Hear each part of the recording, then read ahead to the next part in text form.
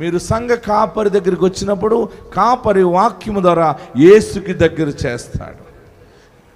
మన ప్రార్థనా శక్తిలో అనుకున్న కోరికలన్నీ ఎందుకు నెరవేరుతున్నాయంటే మనము యేసయ్యకి పరిచయం చేస్తున్నాం వచ్చిన వారందరినీ. ఆమేన్.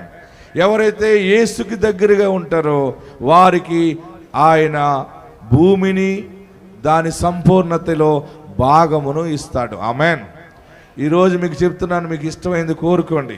ఈ దినము మీకు ఏం కావాలో నేను దీవెన ప్రకటిస్తాను. మీ కుడి చెయ్యి ఇలా మూసుకుని ఇలాగ గుప్పుడు మూసి పైకి ఎత్తండి, స్ట్రైట్గా ఎత్తండి, స్ట్రైట్గా ఎత్తండి, తల పైకి ఎత్తండి, కళ్ళు మూసుకోండి. మీకు ఏం కావాలో మనసులో కోరుకోండి. నేను ఆశీర్వాదం ప్రకటిస్తాను, దేవుడు దాన్ని స్థిరపరుస్తాడు.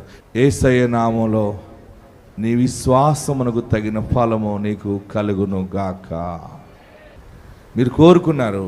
ఇప్పుడు మీరు వెంటనే ఎవరితో మాట్లాడాలి? ఇప్పుడు చెప్పాలి, గట్టిగా చెప్పాలి.